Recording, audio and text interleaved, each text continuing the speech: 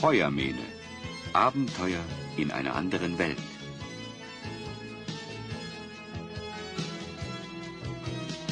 Die Festung Pentatron.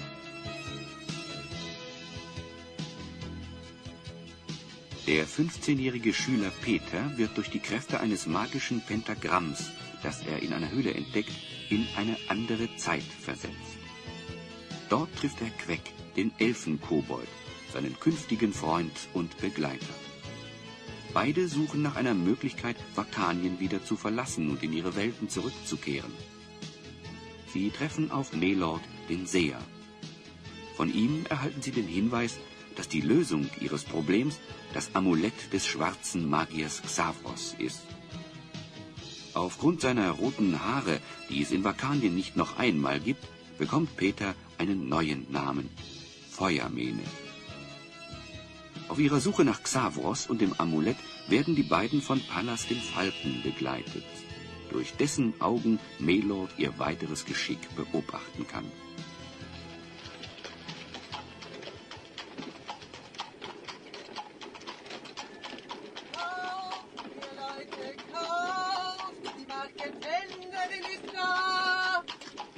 Kauft, ihr Leute, kauft! Die Marketenderin ist da!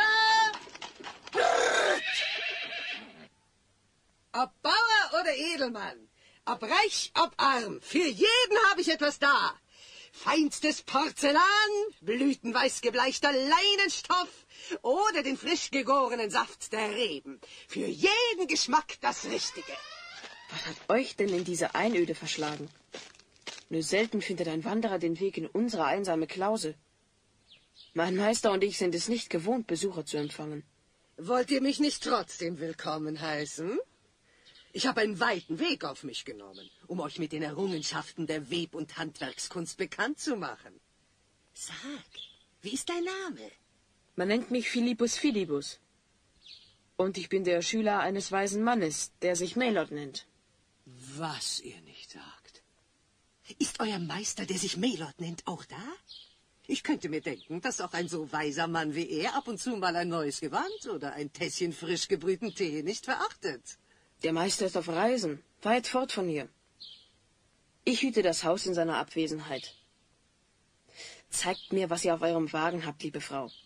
Ganz gerne würde ich unseren oftmals eintönigen Speiseplan mit ein paar Leckereien bereichern.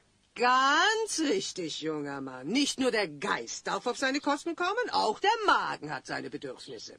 Schaut her, frischen Käse und feine Backwaren habe ich feil zu bieten. In der Tat. Ich habe selten solch erlesene Köstlichkeiten gesehen, geschweige denn gekostet. Probiert ruhig ein wenig. Gekauft werden muss nur, was auch schmeckt. Der Kuchen schmeckt wunderbar. Hier ist noch ein Stück. Danach könnt ihr euch in Ruhe all die Waren, die auf meinem Wagen sind, anschauen.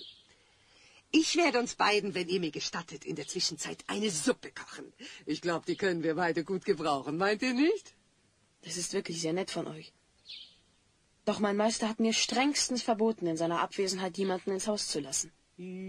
Ja, wer ein rechter Schüler ist, der hört dem Meister aufs Wort. Immer schön brav sein, auch wenn einem dabei die besten Dinge des Lebens durch die Lappen gehen. Liebe Frau, wenn ich könnte, würde ich es euch erklären. Aber ich habe genaue Anweisungen meines Meisters. Pappalapapp, ihr seid ängstlich. Und was noch schlimmer ist, ihr seid unfreundlich zu einem Gast, der wahrlich ob der gewaltigen Strecke, die er hinter sich gebracht hat, eurer Gastfreundschaft bedarf. Ich mache euch einen Vorschlag, liebe Frau. Ihr bleibt bei eurem Wagen und ich koche das Süppchen im Hause. Wir können es doch auch hier draußen verzehren. Es ist so ein schöner Tag und deshalb auch viel schöner, im Freien zu sitzen und die Wipfel der Bäume als Dach über sich zu haben, als in unserer niedrigen, sonnenlosen Einsiedelei zu speisen. Welch Geheimnis verbergt ihr eigentlich in dieser Hütte? Wahrscheinlich seid ihr gar kein Schüler eines weisen Mannes, sondern irgendein berüchtigter Räuberhauptmann, der hier seine Schätze gesammelt hat. So wird es sein. Nun ja, an so einem schönen Tag müssen wir nun wirklich nicht in einer muffigen Höhle sitzen. Hier, Schüler Philippus, habt ihr alle die Zutaten, die ihr für eine wohlschmeckende Suppe braucht. Vielen Dank, Marketenderin. Ihr seid wirklich zu gütig. Glücklicherweise habe ich gerade, bevor ihr gekommen seid, den Herd angezündet. Ruht euch ein wenig aus. Es wird nicht allzu lange dauern. Das ging ja noch mal gut. Ich glaube, ich muss mir für die Zukunft eine bessere Ausrede einfallen lassen, warum ich niemand ins Haus lassen darf. Wie soll ich denn jemandem klar machen, wieso der Meister hier ruhig und schweigsam in der Ecke sitzt und sich trotzdem auf Reisen befindet? Ja, Philippus Fidibus sollte sich vielleicht wirklich einmal darüber Gedanken machen. Sein Meister, der weiße Magier Melord, ist oft und manchmal auch sehr lange unterwegs. Nun könnte man glauben, dass für einen alten Mann das Reisen beschwerlich und mühevoll ist, besonders wenn seine Beine gelähmt sind.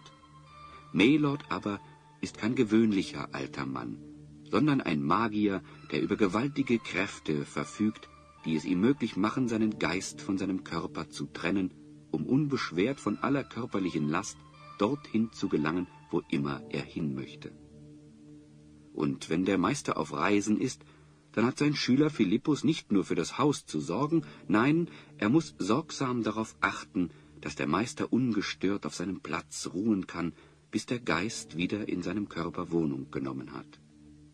Wie sagt der Meister immer? Der Körper ist des Menschen Wohnung. Halte ihn rein und du bist dir stets selbst der liebste Gast.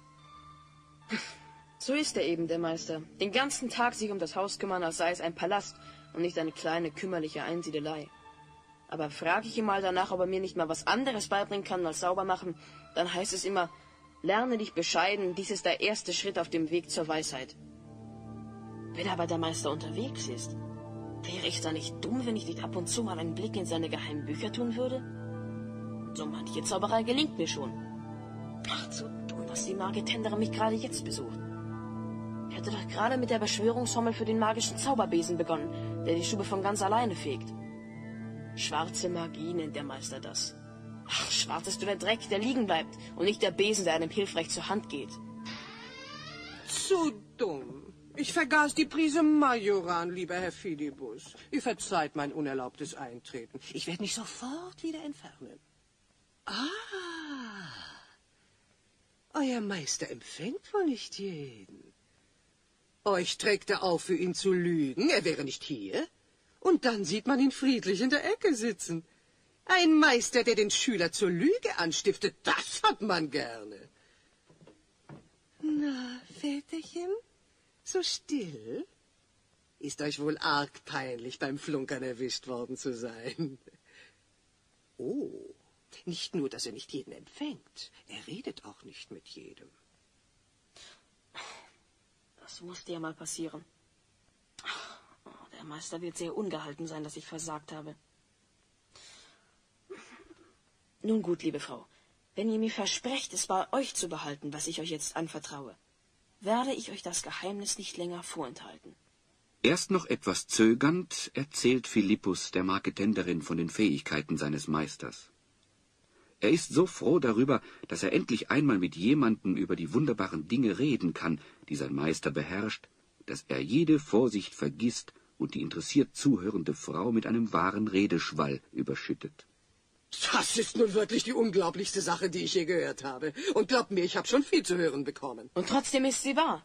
So wahr, wie ich euch hier gegenüber sitze. Und nun lasst uns unsere Suppe essen. Ich möchte nicht, dass der Meister plötzlich zurückkehrt und uns beide hier gemeinsam vorfindet. Wenn ihr mir schon euer Vertrauen schenkt, will ich euch auf keinen Fall irgendwelchen Ärger machen. Ich denke, es ist das Beste, wenn ich sofort von hier verschwinde. Vielen Dank für eure Gastfreundschaft. Lebt wohl und grüßt euren Magier von mir, wenn er wiederkommt. Und ehe sich Philippus versieht, hat die Marketenderin das Haus verlassen und steigt behend auf den Kutschbock ihres Planwagens, der schon nach wenigen Augenblicken um die nächste Wegbiegung verschwunden ist. Merkwürdig. Warum hat sie es auf einmal so eilig? Noch nicht mal einen Teller Suppe hat sie gegessen. Ich hätte ihr vielleicht doch nicht so viel über den Meister erzählen sollen. Aber was hätte ich ihr denn sonst sagen sollen, nachdem sie nun schon mal im Haus war? Ich habe auf einmal ein ganz schlechtes Gefühl. Wenn der Meister kommt, werde ich ihm wohl beichten müssen, dass ihn jemand gesehen hat. Da konnte ich nun wirklich nichts dafür. Dann werde ich mal besser die Suppe essen, bevor sie kalt wird. Was ist das für ein Geräusch? Es klingt wie ein Sturm. Aber an so einem schönen Tag? Eben war noch strahlend blauer Himmel. Es kommt immer näher. Es wird immer lauter. Als Philippus aus der Hütte nach draußen stürzt, verdunkelt sich mit einem Mal der Himmel über ihm. In dem tosenden Sturm, der plötzlich über die gerade noch so friedliche Waldlichtung hereinbricht, kann er sich eben noch an einem Baum festhalten. Während er all seine Kräfte aufbieten muss, um nicht von dem Wirbelsturm hinweggeweht zu werden, schaut er mit Entsetzen und völlig hilflos zu, wie vom Sog des Sturmes das Dach der Hütte abgedeckt wird. Sogleich danach sieht er, wie der entseelte Körper seines Meisters durch die Luft getragen im dunklen Nebel verschwindet, der sich inzwischen immer mehr ausgebreitet hat. Meister! Nein! Oh nein! Mit einem Mal wird es wieder hell über ihm. Der Sturm hat urplötzlich aufgehört zu toben. Alles ist friedlich wie zuvor. Nur noch von Weitem hört er das Tosen des Sturms, das sich langsam in der Ferne verliert.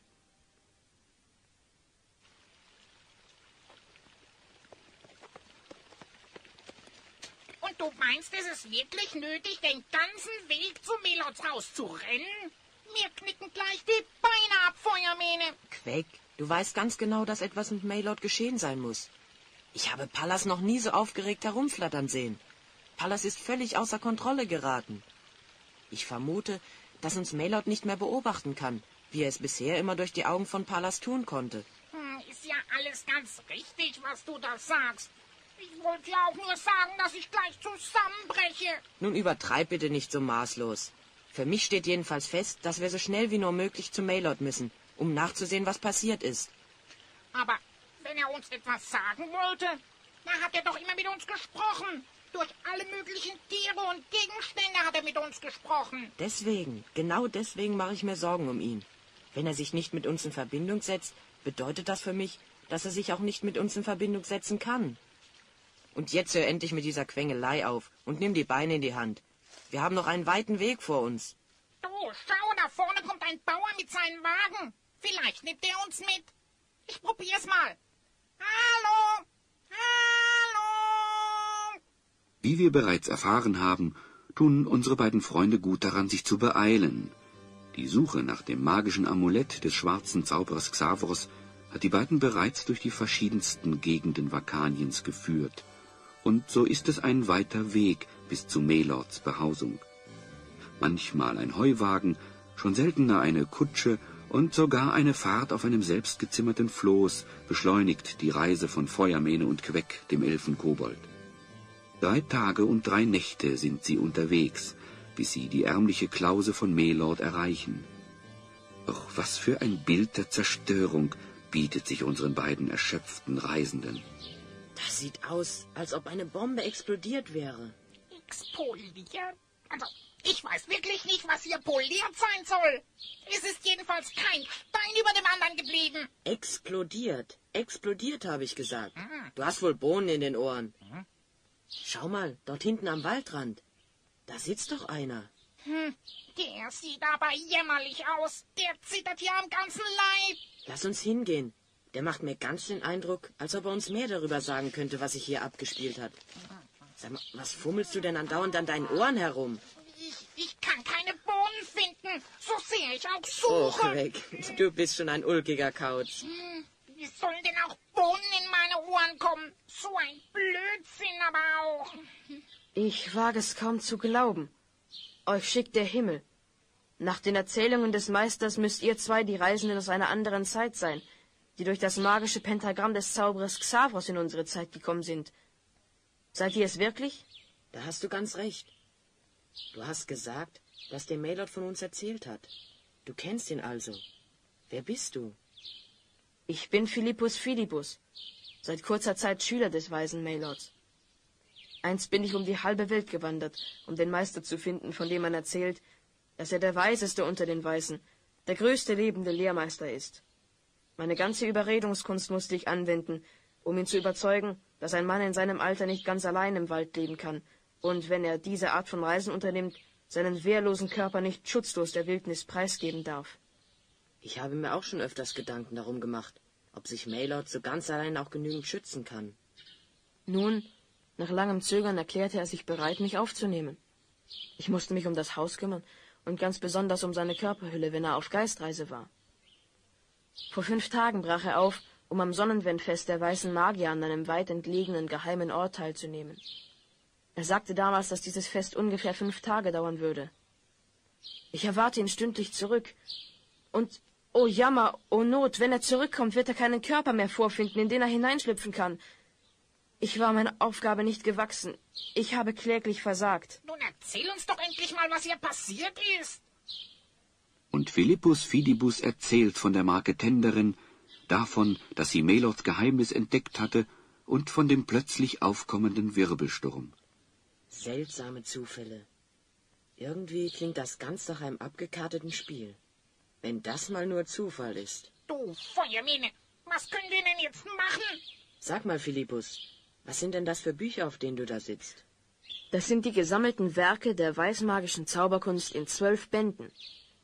Das ist alles, was ich aus den Trümmern retten konnte. Besser als nichts. Philippus, wie weit sind deine Kenntnisse im Zaubern? Der Meister ist ein schweigsamer Mensch. In der kurzen Zeit, in der ich bei ihm war, habe ich nur die Kunst der Imitation von Gegenständen gelernt. Das heißt, ich kann jeden beliebigen Gegenstand verdoppeln, sodass man das Original nicht von der Kopie unterscheiden kann. Das nützt uns jetzt nicht viel. Sag mal, ist das alles, was du kannst? Nun ja, wenn der Meister auf Reisen war, habe ich schon manchmal, wenn auch unerlaubterweise, in den Büchern gelesen und auch so manchen Versuch mit den Zauberformeln, die darin stehen, gemacht. Allerdings, so richtig funktioniert hat es meistens nicht. Das letzte Mal hatte ich gerade versucht, einen Besen zu verzaubern, sodass er von allein das Haus säubert. Das hat sich wohl jetzt erübrigt. Könntest du dir vorstellen, dass in diesen Büchern vielleicht auch etwas steht, wie man einen Menschen, der verschwunden ist, wieder zurückholen kann?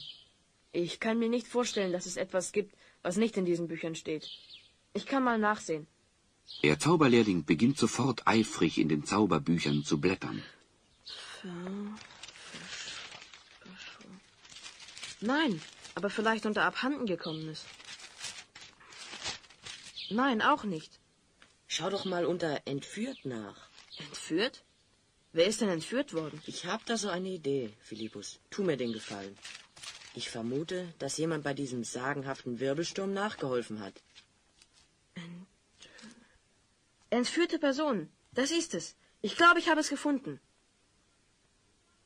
Nachdem er geraume Zeit damit verbracht hat, den Text zu studieren, zeichnet Philippus mit einem Ast magische Zeichen in den Sandboden. Oft hält er unschlüssig inne, blättert noch einmal im Zauberbuch nach, streicht den Sand wieder glatt und fängt von Neuem mit dem Zeichnen der magischen Kreise und fremdartigen Symbole an.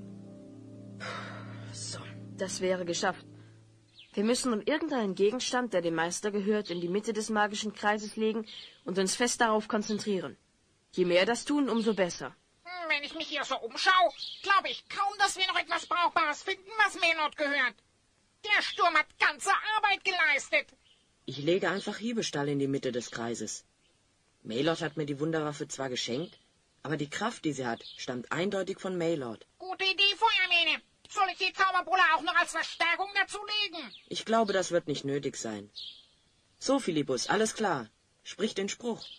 Wir denken währenddessen nur noch an Hiebestall und Maylord. Kein Mensch würde diesem unansehnlichen alten Stock, der sich nun im magischen Kreis befindet, ansehen, dass es sich um eine mächtige Waffe weißmagischer Schmiedekunst handelt, die seinem Träger, nachdem er den Zauberspruch ausgesprochen hat, die Kraft von 12 ausgewachsenen Männern schenkt. So wie Hiebestahl ist auch Quecks Zauberbola eine magische Waffe des weißen Zauberers Maylord, die, sollte sie einmal ihr Ziel verfehlt haben, zu ihrem Herrn zurückkehrt. Maylord gab Feuermähne und Queck diese Waffen, um sie gegen die schwarzmagischen Kräfte des Zauberers Xavros zu schützen. Weit ab von den Ereignissen vor Maylords Klause, in einem anderen Teil Vakaniens, bietet sich dem Betrachter ein ganz anderes Schauspiel, an dem wir für einen Moment teilhaben wollen. Da hinten läuft er! Haltet ihn auf! Haltet ihn auf!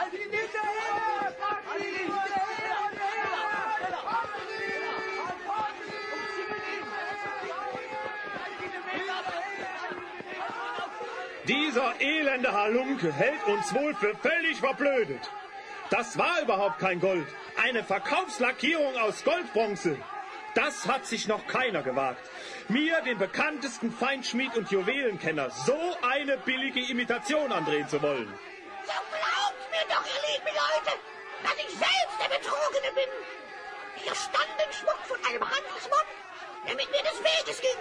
Das kannst du deiner Großmutter erzählen, aber nicht uns. Wir glauben dir kein Wort. Sinnlos erscheint mir der Versuch, die Wut des Pöbels zu vermindern. Allmählich kreisen sie mich ein. So sieht es aus, als könnte ich nicht verhindern, dass sie mich greifen. Chance wäre Not. Gar hart und mühsam verdient sich auch das täglich Brot. Haut ihm windelweich. Das soll ihm für die Zukunft eine Lehre sein. Oh, ich bin umzingelt. Wie die Maus sitze ich in ihrer Falle. So ist nun eine dieser Welt. Unschuld gegen alle. Wir waren zwar nie Freunde, doch in diesen Stunden tiefster Not denke ich an jenen jungen Mann, den mir schon oftmals hergebohrt. Wie heißt nun gleich die Waffe, die ihn verwandelt, ihn so stärkt? War es nicht Diebestahl? Oh ja, so war der Name. Doch niemand weit und breit, der meinen Hilferuf bemerkt. Er ist verschwunden. Er hat sich in Luft aufgelöst. Er war ein Zauberer. Ein Hexenmeister. So ein Quatsch. Warum sollte es ein Hexenmeister nötig haben, den Leuten falschen Schmuck zu verkaufen? Die Zauberer sind eben auch nicht mehr das, was sie einmal waren.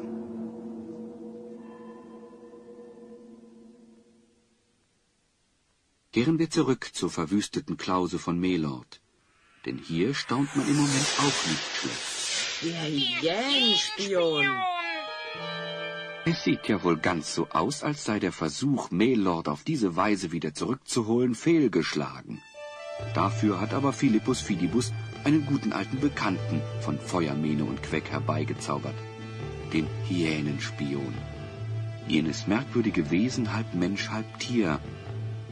Einst verfluchte ihn Xavros wegen einer Schandtat, die er gegen ihn plante für den Rest seines Lebens, und schmückte ihn mit dem Kopf einer Hyäne.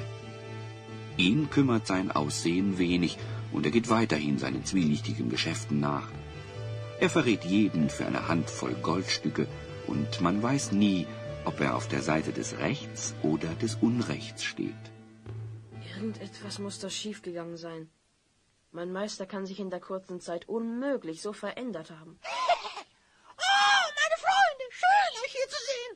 Hatte kaum Hoffnung mehr, dem Unheil zu entgehen. Egal, wo ihr auch seid, es scheint zu helfen, mich eure Hilfe lautstark zu erflehen. Ich dachte an euch und eure Waffen in dieser meiner Not. Und glaubt mir, ohne euch wäre ich vielleicht jetzt tot. Na, das nenne ich erfolgreich zaubern. Anstelle von Melord haben wir diesen Erzerlunken wieder unter uns. Es war wirklich ein unglücklicher Zufall, dass er genau im gleichen Moment wie wir an Hiebestahl gedacht haben muss.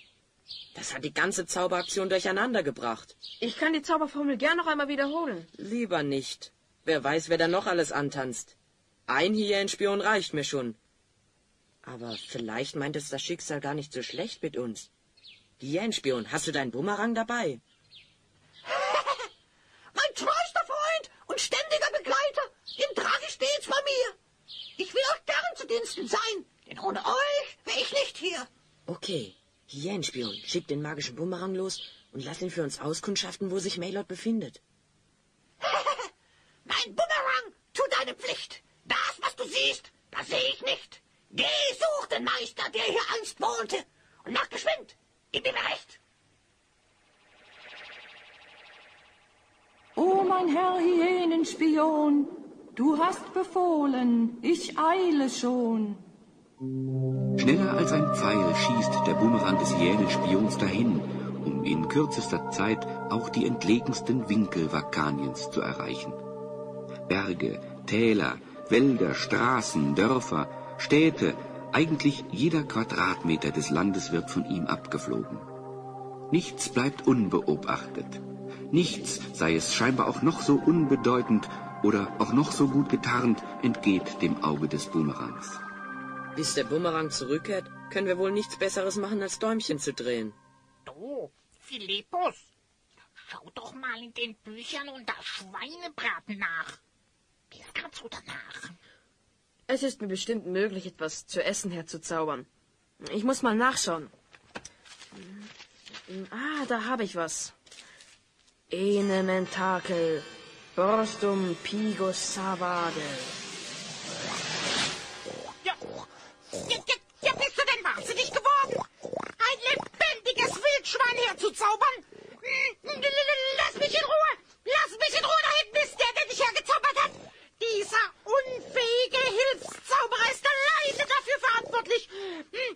Feuermehl, tu doch So hat sich Queck seinen Schweinebraten nun wirklich nicht vorgestellt. Anstelle fürstlich zu speisen, sitzt er nun völlig verängstigt auf einem Baum und unter ihm ein wild gewordener Eber, der mit seinen Hauern den Stamm des Baumes unermüdlich bearbeitet. Plötzlich hält das eben noch so wütende Wildschwein inne, schaut sich nach allen Seiten um und verschwindet in panischer Angst im Wald. Ein seltsames Vibrieren entsteht in der Luft über dem magischen Kreis, den der Zauberlehrling gezogen hat. Und aus dem Nichts ertönt die Stimme Melords. Ich bin zurückgekommen und finde den Platz, an dem ich meinen Körper zurückließ, leer. Ich hoffe, Philippus, dass du mir sagen kannst, wo sich mein Geist hinwenden muss, damit er wieder in seinen Körper zurückkehren kann. Philippus erzählt mit kalkweißem Gesicht, was sich ereignet hat. Nur gut, dass in der Zwischenzeit Feuermähne und Queck auch den Weg hierher gefunden haben. So besteht wenigstens noch Hoffnung, dass in der kurzen Zeit, die mir noch bleibt, mein seelenloser Körper gefunden wird. Melord, was meint ihr damit, wenn ihr von der kurzen Zeit, die euch noch bleibt, sprecht? Uns weißen Magiern ist es zwar möglich, den Geist vom Körper zu trennen und so an jeden beliebigen Ort zu gelangen, doch müssen wir nach einer gewissen Zeit immer wieder in den Körper zurückkehren, da sich sonst unser Geist vollkommen vom Körper trennt und im Kosmos der Geisterwelt entschwindet. Ich habe noch viele Aufgaben in dieser Welt zu erfüllen, und die vornehmste von allen ist der Kampf gegen Xavros, den schwarzen Zauberer. Ich kann euch keine Unterstützung bei eurer Suche nach meinem Körper geben, da ich alle meine Energie dazu benötige, mit der Erde und dem irdischen Leben in Verbindung zu bleiben. Jedes unnötige Wort schon ist Verschwendung. Kümmert euch nicht mehr um mich, sucht meinen Körper. Wenn ihr ihn gefunden habt, werde ich es wissen und zur Stelle sein. Lebt wohl, lebt wohl. Meister, verzeiht mir. Wir müssen sofort etwas unternehmen. Welch ein gütiger Mann. Trotz allem, was ich ihm angetan habe, hatte er nicht ein einziges böses Wort für mich. Wahrscheinlich hat es ihm die Sprache verschlagen, als er sich die Geschichte anhören musste. Queck, es ist zwar schön, dass du in so einer Situation noch Witze machen kannst, aber es ist wirklich höchste Zeit, dass uns etwas einfällt. Ihr lieben Freunde, ich glaube, ihr vergesst, mein Bumerang fliegt über Wald und Flur. Auch wenn dabei etwas die Zeit vergeht, kommt er der Sache sicher auf die Spur. Doch seht, noch ehe ich den Satz beende, sehe ich ihn kommen, schneller wie des Bogenpfeil. Nur keine Ungeduld, die Herren. Gut Ding braucht eben seine Weile. Der Hyänenspion hat recht. Da hinten kommt der magische Bumerang angebraust. Mann, der hat ja einen Affenzahn drauf. Land auf, Land ab, so schnell wie mich die Flügel trugen, hab ich geschaut und endlich auch erspäht. Ein seltsam fliegendes Objekt, fast wie ein Turm auf einem Stern, so riesig und so groß, dass man, warum es schwebt und fliegt, ganz sicher nicht versteht. Es schwebt jetzt über jenem Land, von dem die Sage geht, es wird dort ab und an aus Nebeln eine Stadt geboren. Nicht fern davon, auf unwegsamen Bergeshöhen, steht eine Burg, die man die Burg des Nebelwaldes nennt. Ich glaube, meine Freunde, die Herrin dieser Burg hat diesmal ihre Hand im Spiel. Denn oft reist sie verkleidet durch die Lande, Xavros zu dienen, ist ihr ganzes Ziel. Der Weg dorthin ist mir bekannt. Ein schmaler Pfad durchs Hügelland. Na, das kann ich mir vorstellen, dass du den Weg dorthin kennst. In ganz Vakane gibt es wohl keinen Finstermann, der dir nicht bekannt ist. Wenn schon, dann Finsterfrau, Queck. In diesem Fall sollten wir allerdings froh sein, dass der Hyänenspion den Weg dorthin kennt. Die Geschichte mit der Marketenderin kam mir die ganze Zeit schon so komisch vor. Ich könnte mir gut vorstellen, wenn das alles, was hier passiert ist, ein Komplott von Xavros wäre. Komplott ist gut. Ich glaube, wir sollten uns noch einmal kräftig stärken, bevor wir aufbrechen. Denn so wie ich dich kenne, Feuermähne, willst du bestimmt gleich los. Ich glaube, wir haben wirklich keine Zeit zu verlieren, Queck. Siehst du, Philippus, so geht das immer bei uns. Den ganzen Tag renne ich hinter ihm her, muss aufpassen, dass er keine Dummheiten macht. Feuermähne, Queck, Philippus Fidibus und der Hyänenspion sind auf dem Weg zur Burg der Herrin des Nebelwaldes. Mühsam ist der Weg. Es geht über Berg und Tal. Besonders beschwerlich wird die Reise, da unsere Reisenden auch noch die gesammelten Werke der weißmagischen Zauberkunst in 12 in Schweinsleder gebundenen Bänden dabei haben. Die Last ist zwar gleichmäßig verteilt, was bei 12 Bänden und 4 Trägern ja kein Problem ist. Trotzdem stöhnt jeder mehr oder weniger unter der Extralast, die er wohlverpackt geschultert auf seinem Rücken mit sich tragen muss. Ich kann nicht mehr. Ich hab Hunger, ich hab Durst und ich bin müde. Okay, ich sehe ein, dass es an der Zeit ist, meinen Zauberspruch zu sagen. Bei meiner roten Haarepracht. Stock, gib mir deine Zaubermacht. So, und jetzt gib mir die ganzen Bücher. Das hätte dir aber auch schon früher einfallen können, Feuermähne. Sag mal, könntest du uns vielleicht nicht doch alle tragen? Oh, sicher kann ich das. Ich kann dich auch bei der nächsten Rast füttern und dir ein Lätzchen umbinden. Man wird ja noch mal fragen dürfen, nicht? Mal was ganz anderes, Queck. Kommt dir diese Gegend nicht irgendwie bekannt vor? Wenn ich mich nicht irre, sind wir hier ganz in der Nähe des Ortes, wo sich damals die verwunschene Stadt befunden hat. Von einer Herrin des Nebelwaldes habe ich damals allerdings nichts gehört. Na, sie wird schon ihre Gründe haben für diese Art von Zurückhaltung. Wie ihr Name vermuten lässt, scheint sie sich ebenso wie unser anderer Freund hier mehr für Nebel und Düsternis zu interessieren. Lass den Hyänenspion doch in Ruhe. Er verhält sich uns gegenüber doch sehr anständig. Oh, Freund Feuermähne! Für euren Beistand danke ich euch. Ein schlechter Ruf verbreitet sich gar schnell. Nicht so die guten Taten. Doch seht nur diese Brücke noch. Dann sind wir dort und braucht nicht länger mehr zu warten. Und in der Tat, der Hyänenspion hat recht. Über das Tal, das vor ihnen liegt, spannt sich eine steinerne Brücke, die ihr Ende an einem großen hölzernen Tor findet. Dieses Tor ist Eingang zu einer Festung, die nicht nur mit ihrem gewaltigen Umfang, sondern auch mit ihren schlanken, manchmal auch massiven und gewaltigen Türmen und Zinnen im Wettstreit mit dem Gebirgsmassiv liegt, das sie umgibt.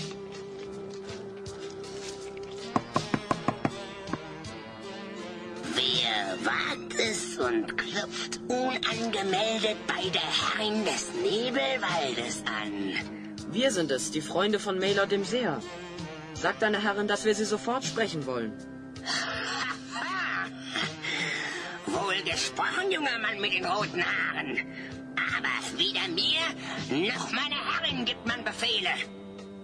Ich kann nur vermuten, dass du nicht weißt, wo du dich befindest. Das wissen wir nur zu genau. Und aus diesem Grunde können wir auch auf jede Höflichkeit verzichten. Lass mich durch, sonst bekommst du meine Zauberbola zu spüren. Reg dich doch nicht immer so auf. Es gibt keinen Grund, warum uns dieser nette Herr hier nicht zu seiner Chefin bringen sollte. Netter Herr ist gut. Führe die Herren herein, Gregor. Ich habe sie bereits erwartet. Gregor öffnet nun die Tür, sodass unsere Freunde ungehindert einen Blick in die Empfangshalle der Burg werfen können. Ein paar Fackeln an den steinernen und unverputzten Wänden geben ein nur ungenaues, sich im Spiel des Lichtes ständig wandelndes Bild vom Innern der Festung. Einladend sieht das ja nicht gerade aus hier. Kommt herein. Meine Herrin erwartet euch. Willkommen in meiner Festung im Nebelwald. Nehmt Platz. Ruht euch ein wenig aus. Ihr seht von der langen Reise ganz erschöpft aus. Gregor, zeig unseren Besuchern, was Küche und Keller des Hauses zu bieten haben.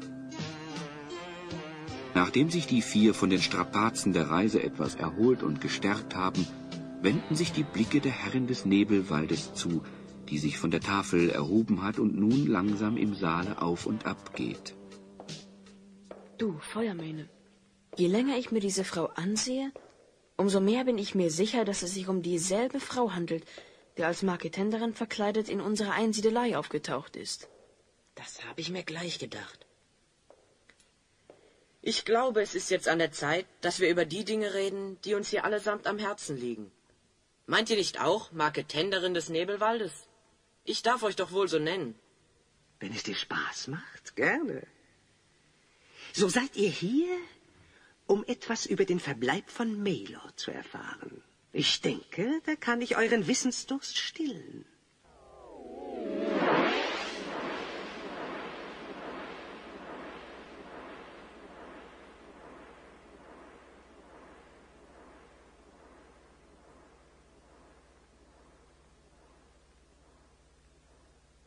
Maylord ist in Xavros Hand. Oder besser gesagt, vorerst ist es nur sein seelenloser Körper. Er kann sich nun entscheiden, in seinen Körper zurückzukehren, um endlich vollständig in die Gewalt von Xavros zu kommen, oder darauf zu verzichten und mit seiner Seele in den Kosmos eingehen. In jedem Fall hat ihn Xavros als Widersacher ein für allemal ausgeschaltet. Mich wundert dabei nur, dass Xavros nicht allein in der Lage ist, gegen Maylord vorzugehen. Habt ihr es nötig, euch zum Handlanger dieses üblen Burschen machen zu lassen? Eine Hand wäscht die andere. Wer weiß, vielleicht ist es einmal für mich sehr nützlich, dass Xavros in meiner Schuld steht. Es war außerdem reiner Zufall, dass ich die Klause von Maylord gefunden habe.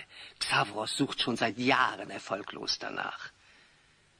Doch nun zu dem, was ich euch von Xavros zu berichten habe. Er lässt euch durch mich mitteilen, dass es natürlich auch eine Möglichkeit gibt, den Körper von Maylord zurückzuerhalten. Wie allgemein bekannt ist, hat euch Maylord mit Wunderwaffen ausgestattet, sodass ihr ihn im Kampf gegen Xavros unterstützen könnt. Der Handel nun ist denkbar einfach. Eure Wunderwaffen gegen Maylords Körper. Solltet ihr mit dem Handel einverstanden sein, so erwartet euch Xavros auf seiner Festung Pentatron. Was sind schon Wunderwaffen gegen das Leben meines Meisters? Nicht immer hält ein Xavros das Versprechen, das er gibt. Das solltet ihr bedenken, wenn ihr die Freiheit liebt. Der Hyänenspion hat recht, der spricht aus Erfahrung. Wenn Xavros erst einmal unsere Wunderwaffen hat, kann er mit uns machen, was er will. Wer garantiert uns denn, dass er uns nicht auch festsetzt? Also, ich hoffe, die Dame des Hauses hat nichts dagegen, dass wir uns nun allein beraten wollen. Ich werde euch allein lassen. Wenn ihr zu einer Entscheidung gekommen seid, ruft nach Gregor. Er wird es mich unverzüglich wissen lassen. Bis bald. Ihr könnt natürlich recht haben, wenn ihr vermutet, dass uns Xavros eine Falle stellt. Aber wir müssen etwas unternehmen. In diese Festung Pentatron kommen wir nur rein, wenn wir auf den Vorschlag von Xavros eingehen. Philippus, du hast uns doch erzählt, dass das Kopieren und Vervielfältigen von Gegenständen das Einzige ist, was du bisher aus den Zauberbüchern gelernt hast. Könntest du auch unsere Wunderwaffen kopieren? Da wir glücklicherweise die Bücher mitgenommen haben, ist das kein Problem. Zeig mir die Waffen. Und wenn Xavros die Waffen ausprobiert und dabei feststellt, dass sie nicht funktionieren, dann sind wir aber dran. Xavros weiß genau wie wir auch, dass die Waffen nur denen dienen, für die sie bestimmt sind. Selbst wenn er den Zauberspruch kennt, nützen sie ihm gar nichts. Im Gegenteil, er riskiert dabei sogar, dass sie sich gegen ihn richten. Es wird Xavros genügen zu wissen, dass wir nicht mehr in der Lage sind, sie zu benutzen. Und damit wird er sich zufrieden geben. Wenn du da mal recht behältst. Das hoffe ich auch. So, und nun gib Philippus deine Bola, damit er eine Kopie davon machen kann. Hyänenspion, pass auf, dass uns niemand dabei belauscht. Verzeiht, verehrter Philippus. Wenn ihr gerade so beim Zaubern seid, gebe ich euch meinen Bumerang und hoffe, ihr seid zu einem Freundschaftsdienst bereit. Man weiß nie, wie es kommen kann. Ein Bumerang ist gut, doch 2 davon sind besser. Man hat der Waffe nie genug. Kämpft man gegen diese Art Erpresser. Nur zu, Herr Hyänenspion. Gebt mir euren Boomerang, dies ist überhaupt kein Problem. Und so ist es, denn kaum hat Philippus Fidibus die richtige Seite im Zauberbuch gefunden, ist auch schon der Spruch gesprochen und unter Donner, Blitz und Dampf finden sich von jedem der Gegenstände Kopien ein, die das menschliche Auge von den Originalen nicht unterscheiden kann. Fantastisch, Philippus! Das hast du prima hingekriegt. Pass bloß auf, dass wir sie nicht verwechseln. So, ich werde jetzt Gregor Bescheid sagen, dass er seine Herrin rufen soll.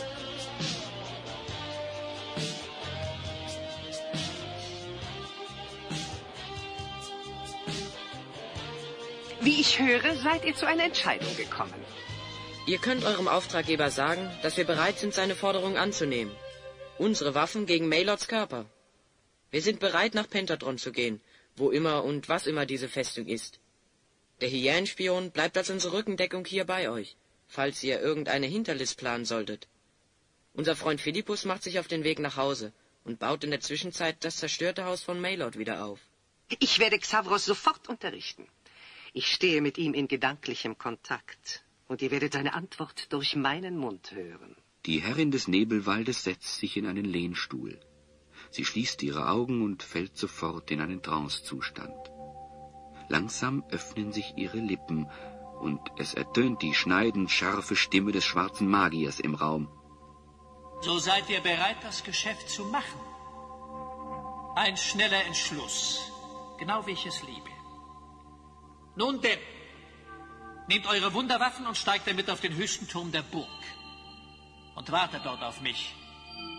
Ich bin auf dem Weg. Feuermähne und Queck werden von der Fürstin zum Eingang des Turmes geführt.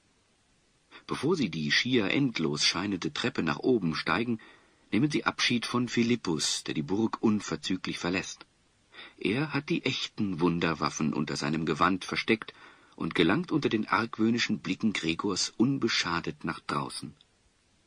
Mein lieber Hyänenspion, uns beiden wird die Zeit nicht lang werden. Ich habe gehört, dass ihr ein Mann seid, der viel in der Welt herumkommt. Da gibt es bestimmt für uns beide was zu erzählen. Ja. Uns wird die Zeit nicht lange werden. Da sind ja die richtigen beisammen. Was das für Geschichten sind, kann ich mir schon denken. Die Hauptsache ist, dass die Fürstin beschäftigt ist. Das hält uns den Rücken frei. So, und jetzt hoch auf den Turm.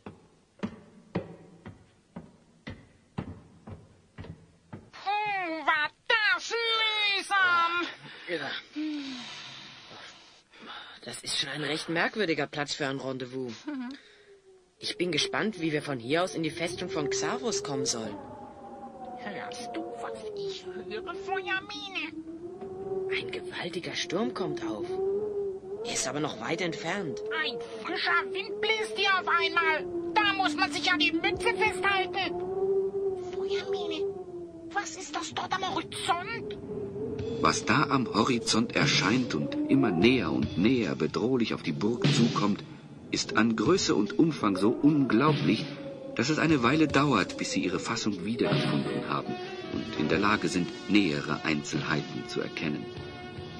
Ungefähr 100 Meter über dem flachen Land schwebt ein riesiger Turm, der von einer sternförmigen Plattform getragen wird auf Feuermähne und Queck zu.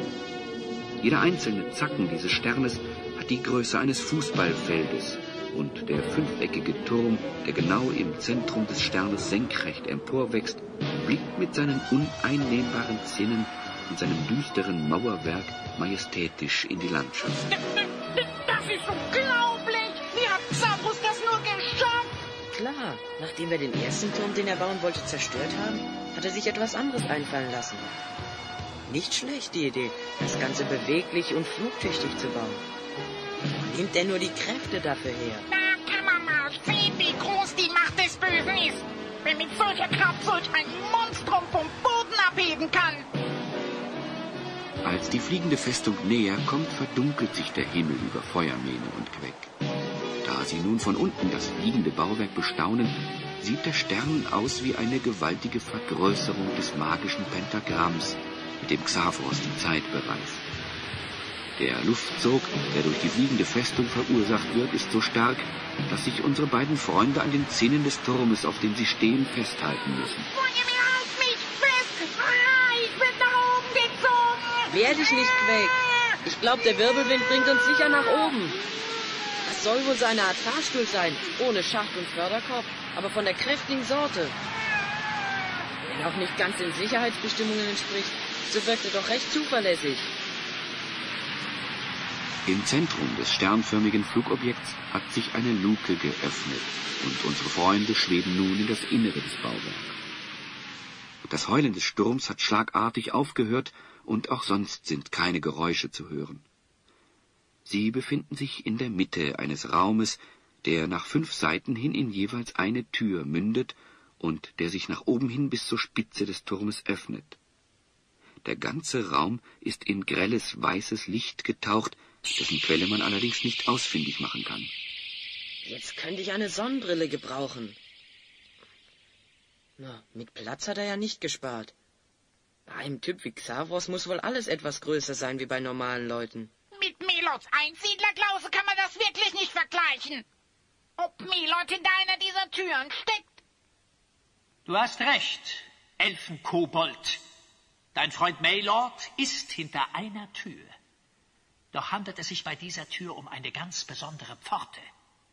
Sie hat zum Beispiel keine Klinke, die jeder dahergelaufene Tölpel einfach niederdrücken kann und so von einem Raum in den anderen zu gelangen.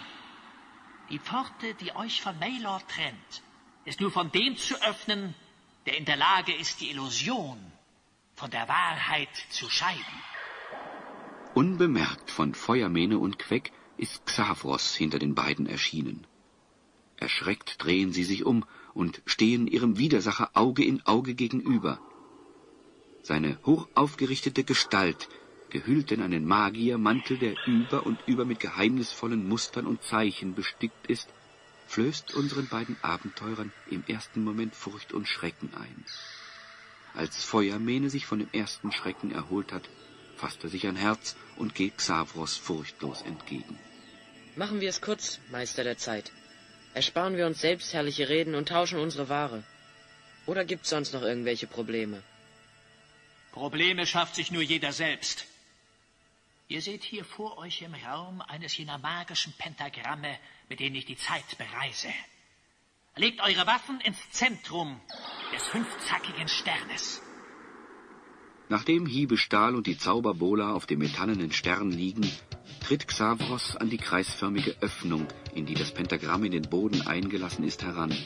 Er nimmt das Amulett zur Hand, das er an einer Kette um seinen Hals trägt, und schiebt es in eine kleine Vertiefung im Boden, die sich direkt neben der Zeitmaschine befindet. Danach spricht Xavros die Zauberformel. Mit einem Mal beginnt sich der Stern langsam zu drehen, wird schneller und schneller, bis aus dem 5-zackigen Stern eine rotierende Scheibe geworden ist.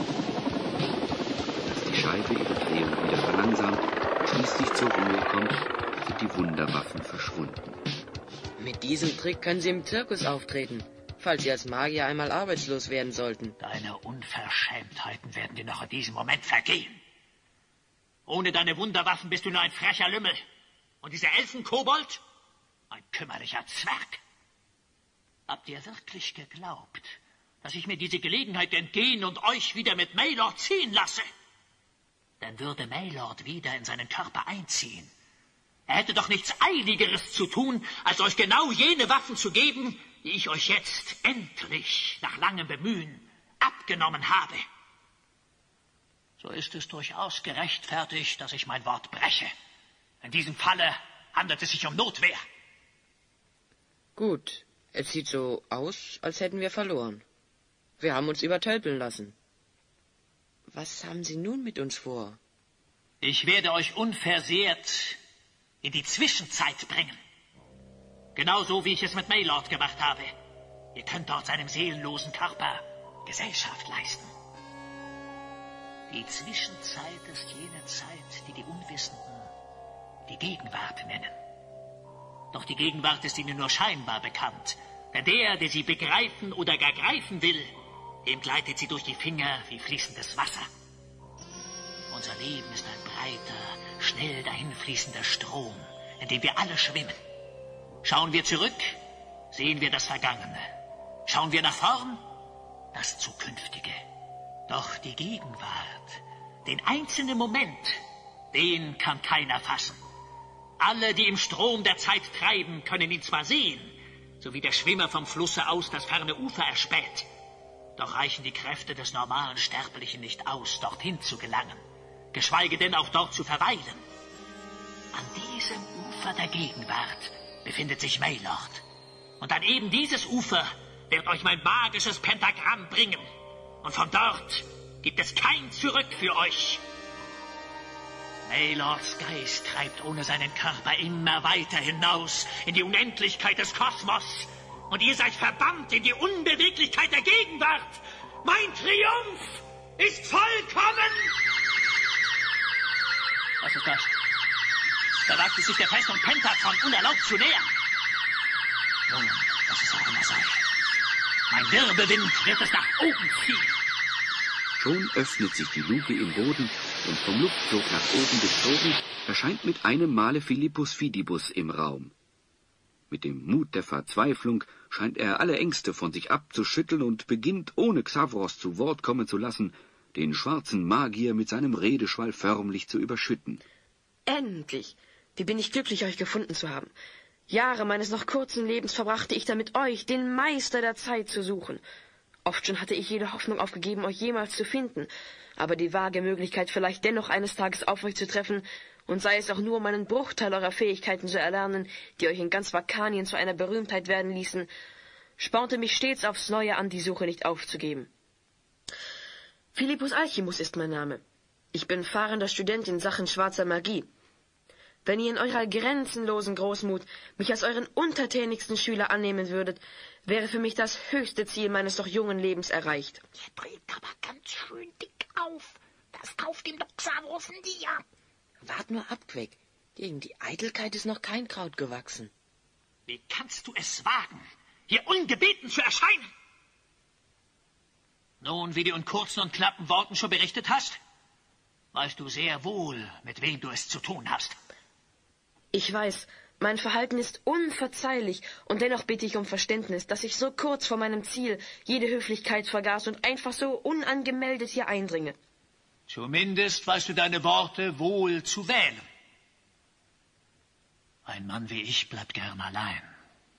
Außerdem, so denke ich, muss es ein schlechter Meister sein, der seinem Schüler nicht so viel beibringen kann, dass er eines Tages seinen Meister übertrumpft. Notwendigerweise führt die Schülerschaft bei einem wahrhaft guten Meister immer dazu, letztlich den Schüler zu einer solchen Meisterschaft zu bringen, die ihn zu weit größeren Dingen befähigt, als sie sein Meister vollbringen konnte. Aber nur ich bin der Meister von Raum und Zeit. Nie werde ich einen anderen neben mir dulden, geschweige denn mir auch noch einen Konkurrenten heranziehen. Alle, die mir nachfolgen, werden in Ehrfurcht meiner gedenken. Meine Größe wird die Jahrtausende überschatten. Dankbar sind selbst die dunklen Mächte des Bösen, da ich ihnen ein vollkommener Stellvertreter hier auf Erden bin. Ich bitte euch, schickt mich nicht fort. Lasst mich bei einem eurer magischen Experimente teilnehmen. Nun gut. Ich will eine Ausnahme machen. Eine seltene Gunst will ich dir gewähren. Gib Acht. Denn was du nun erleben wirst, wird bedeutungsvoll für dein ganzes restliches Leben sein.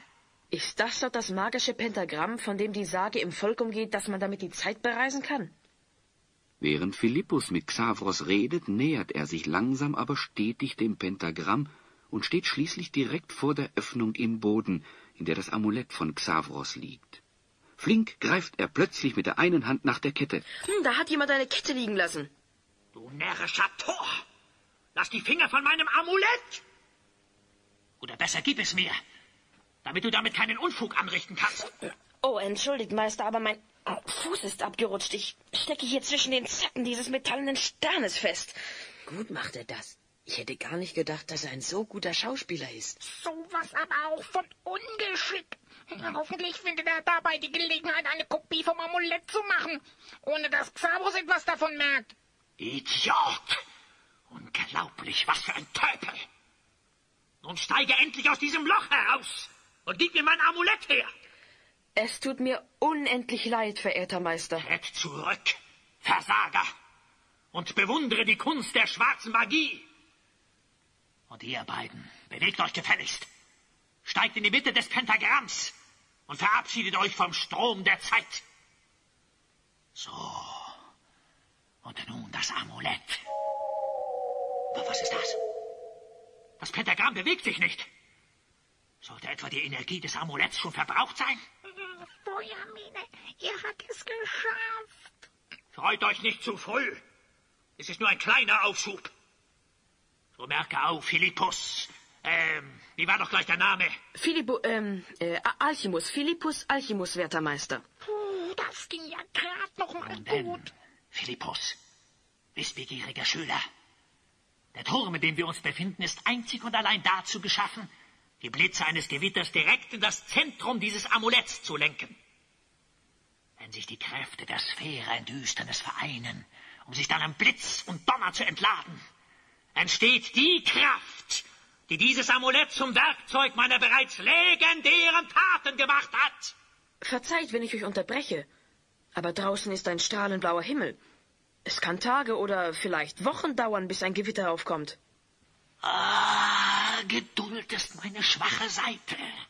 Zu dumm, dass mir das Amulett im entscheidenden Moment den Dienst versagt. Es ist schon länger her, da war ich Schüler eines Meisters, man kann ihn natürlich nicht mit euch vergleichen, der sich in der Kunst des Wettermachens übte. Ich habe von ihm gelernt, wie man sich in kürzester Zeit ein Gewitter herbeiwünscht. Lasst mich zu euren Diensten sein. Versucht es wenigstens mit mir. So. Gut, auf einen Versuch will ich es ankommen lassen. Nicht, dass du glaubst, ich könnte das nicht selbst. Aber ich denke, dies ist ein günstiger Moment, deine Fähigkeiten zu prüfen. So lass uns denn auf die Spitze des Turmes gehen. An seiner Stelle würde ich mal Nachhilfeunterricht im Gewitterzauber nehmen. Ich bin jedenfalls froh, dass es nicht kann. Sonst würde unser ganzer schöner Plan ins Wasser fallen. Philippus ist ein Prachtkerl.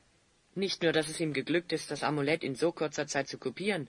Nein, er hat es sogar geschafft, unsere Wunderwaffen zwischen die Zacken des Pentagramms zu legen.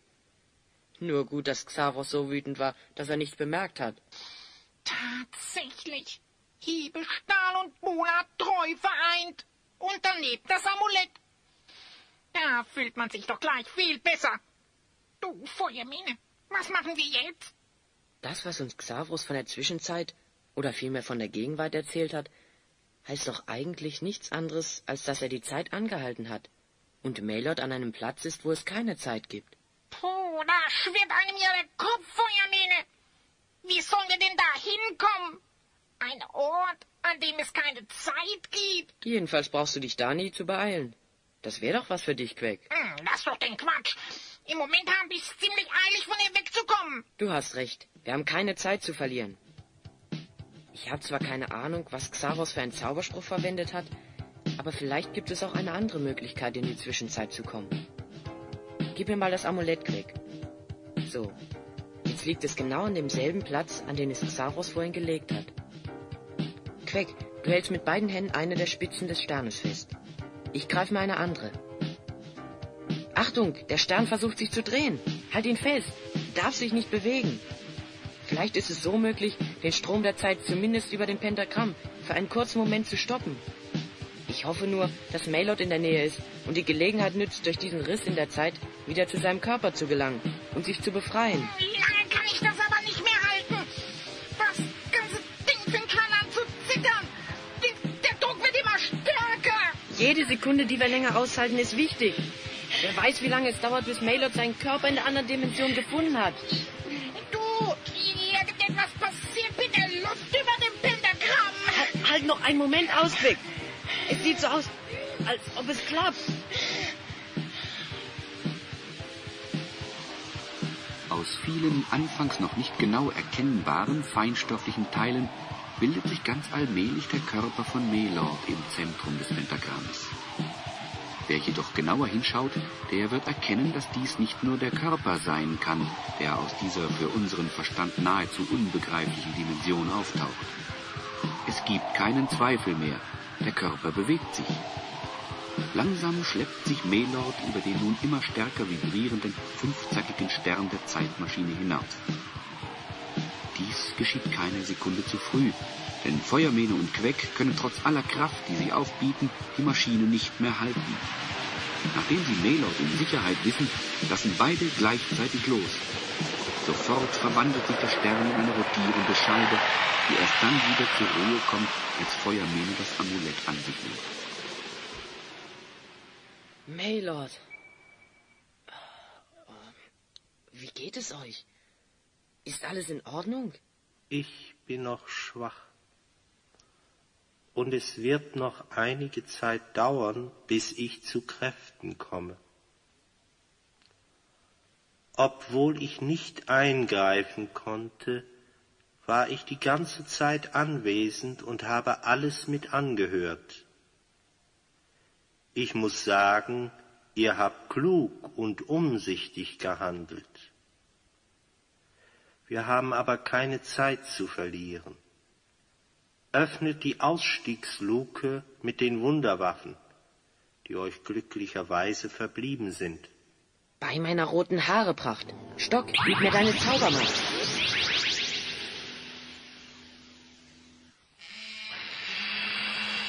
So, die Luke ist auf. Da geht's ja ganz schön tief runter. Melord, ich nehme euch auf meine Schultern. Hoffentlich geht's runter genauso gut wie hoch. Schau genau hin, Queck. Der Wirbelwind trägt den, der in die fliegende Festung will, kreisförmig nach oben. Danach fließt der Luftstrom in der Mitte der Lufthose wieder nach unten. Also, wenn wir in die Mitte springen, müsste uns der Luftstrom sanft nach unten tragen. Na, wenn das mal gut geht. So wie Feuermähne vermutet hat, trägt der Luftstrom die drei Ausreißer unbemerkt von Xavros sanft in die Tiefe. Der Meister der Zeit hat auch momentan ganz andere Sorgen, als dass er sich um die Flüchtlinge kümmern kann. Ihr Geister des Wetters, kommt herbei. Ihr Geister des Wetters und die des Unwetters, lasst mich nicht alleine. Ihr Geister, ich beschwöre euch, ihr Geister des Blitzes und des Donners, kommt herbei. Ihr Geister des Wetters, lasst mich nicht alleine helfen. Wie lange glaubst du eigentlich, werde ich deinem Gesabere noch zuhören? So langsam kommt mir der Verdacht, dass diese mir völlig unbekannten Zaubersprüche, mit denen du ein Gewitter herbeirufen willst, nichts anderes als das Geplapper eines Schwachsinnigen ist. Nach wie vor kann ich nicht eine einzige Wolke am Himmel sehen. Das Amulett liegt bereit, die dunkle Kraft der Sphäre in sich aufzunehmen. Und ich vertrödle meine Zeit mit einem Amateur. Gut Ding will Weile haben, verehrter Meister. Vielleicht sind mir die Dämonen des Blitzes heute nicht gut gesinnt. Und außerdem, verzeiht, wenn ich euch widerspreche, sehe ich dort eine dunkle Wolke über die Berge zu uns herüberziehen. Eine Wolke macht noch kein Gewitter. Was soll das? Doch! In der Tat, sie kommt rasch näher. Gewinnt an Größe. Jetzt ist sie schon fast über uns. Ein Phänomen von ganz besonderer Art. Ich glaube, da braut sich was zusammen. Meister, seht euch vor! Das Amulett! Es ist nur noch Staub und Asche. Der Blitz hat es völlig zerstört. Wie ist das nur möglich? Betrug. Ich ahne den Verrat. Dies kann nicht mein Amulett sein. Niemals könnte es von einem Blitz zerstört werden. Sag mir, du Haderlump, was hast du mit meinem Amulett angestellt? Ich werde dich lehren, was es heißt, den Meister der Zeit hinters Licht zu führen. Völlig außer sich greift Xavros Philippus am Kragen und schüttelt ihn unbarmherzig so lange, bis dieser ihm zu verstehen gibt, dass er zu einem Geständnis bereit ist. Ein Mann wie Xavros weiß, wie man einen Gefangenen verhört, und nach kurzer Zeit ist er in Feuermähnes Plan eingeweiht. Wutentbrannt nimmt er die Verfolgung auf, und es sieht so aus, als würde er die Fliehenden bald einholen. Das soll ihnen teuer zu stehen kommen!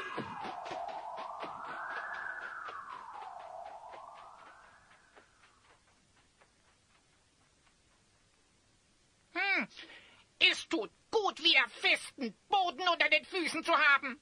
Jetzt aber nichts wie weg, Feuermähne. Ich glaube, du vergisst da eine Kleinigkeit. Unser Freund Philippus ist noch in Xavros Hand. Das hätte ich fast vergessen. Ich möchte jetzt nicht in seine Haut stecken.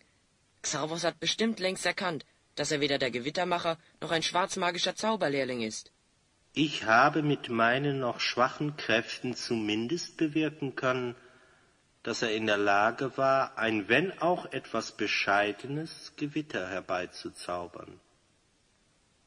Ob es ihm allerdings geholfen hat, Xavros weiterhin zu täuschen, kann ich nicht sagen.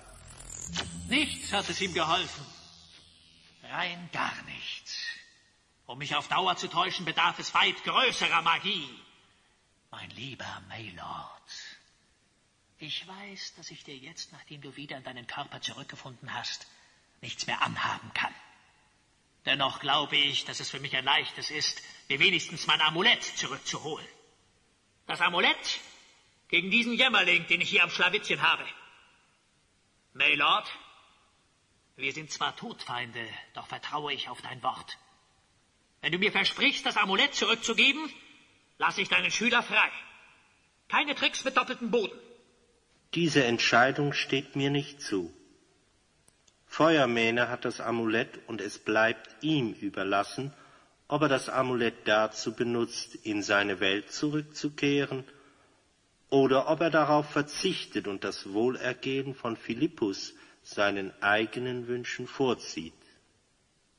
Es fällt mir nicht leicht, darauf zu verzichten, in meine Welt zurückzukehren. Zurück zu meiner Familie und allem, was mir lieb und vertraut ist. Aber ohne Philippus wäre unser ganzer Plan gescheitert. Ich muss tun, was Xavros verlangt. Hast du nicht gehört, Xavros? Gib Philippus frei! Feuermähne ist einverstanden! Hier ist er, euer Zauberlehrling. Gebt mir das Amulett! Hier habt ihr die Kette und denkt daran. Eines Tages hole ich sie mir von euch wieder. Ich werde mich nie damit abfinden, in Vakanien zu bleiben. Und es wäre für euch besser, mir zu erlauben, in meine Zeit zurückzukehren, als mich für alle Zeiten zum Feind zu haben. Ein großer Teil meines Dienstes an den dunklen Mächten besteht darin, Dinge zu vereiteln und Gutes zu zerstören. Nicht aber behilflich zu sein. Erwarte keine Freundlichkeit von mir. Solche Schwachheiten sind mir gar nicht möglich. Nun denn, bis auf ein andermal. Adieu, ihr Herren. Es ist nicht meine Art, die Zeit mit leerem Geschwätz zu vertrödeln. Feuermähne, ich möchte dir danken. Das war sehr selbstlos von dir. Ach Quatsch, Philippus. Jeder halbwegs anständige Mensch hätte so gehandelt. Was haltet ihr davon, wenn wir uns jetzt zur Burg der Fürstin aufmachen? Ich könnte mir vorstellen, dass sie inzwischen auch etwas kleinlauter geworden ist. Bei ihrer guten gedanklichen Verbindung mit Xavros weiß sie bestimmt schon Bescheid. Hoffentlich muss das der Hyänenspion nicht ausbaden. Eilenden Fußes gehen unsere Freunde den Weg zurück zur Burg der Herren des Nebelwaldes. Sie sind sehr beunruhigt darüber, was in der Zwischenzeit mit dem Hyänenspion geschehen sein mag. An dem Portal zur Burg angekommen, öffnet ihnen Gregor. Ah, die Herren, schon zurück? Ich sehe, die Mission war erfolgreich. Folgen Sie mir bitte. Schweigend folgt man Gregor durch die Empfangshalle. Durch die noch geschlossene Tür zum Speisesaal hört man schon die durchdringende und geschäftige Stimme des Hyänenspions nach draußen dringen. Und ich sage, teuerste Freundin, ich kann und will nicht übertreiben. Was so ein Bumerang alles machen kann ich mit Worten kaum beschreiben. Fliegt hin, wo immer man befiehlt. Sie ist sehr nützlich in der Not. Ist zuverlässig, treu und lieb und frisst dabei kein Brot. Ich lasse euch diesen Bumerang für 100 Golddukaten. Solch einmaliges Geschäft, glaubt mir, gereicht euch nicht zu schaden. Hallo, ihr Lieben. Wie wir so hören, geht's hier recht munter zu. Schon wieder beim Geschäftemachen hier ein Spion. Ich habe bereits von Xavros vernommen, dass es euch geglückt ist, ihm einen Strich durch die Rechnung zu machen. Er war sich wohl allzu sicher, dass sein Plan aufgeht. Man sollte sich seiner Sache eben nie zu sicher sein. Auch merke ich nun, dass man als Helfershelfer, geht die Sache erst einmal schief, schutzlos und verlassen zurückbleibt. Xavros hat sich wütend auf seine Festung Pentatron zurückgezogen und lässt mich meine Untat, die ich inzwischen zutiefst bereue. Der Hyänenspion ist mein Zeuge. Na, der ist genau der Richtige. allein ausbaden.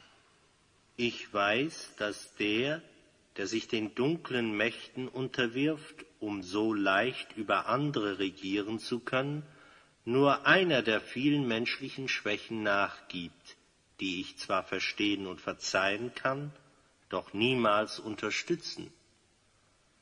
Lernt aus dem Beispiel, das euch diese tapferen Streiter gegeben haben. Der aufrichtige Wunsch, einem Menschen zu helfen, der in Not geraten ist, setzt Kräfte frei, die Berge versetzen können. Und glaubt mir, meine Not war groß. Und nun wollen wir eure Gastfreundschaft nicht länger in Anspruch nehmen. Meine jungen Freunde und ich sagen, lebe wohl. Einem Mann wie euch steht die Großmut gut zu Gesicht. Und ich kann sie wohl gebrauchen. So stehe ich für alle Zeiten tief in eurer Schuld. Doch bevor ihr geht, lasst mich noch schnell die 100 Golddukaten holen, um das Geschäft mit eurem hyänenköpfigen Freund abzuschließen. Der Halunke! Na, Freundchen, wie gehen so die Geschäfte?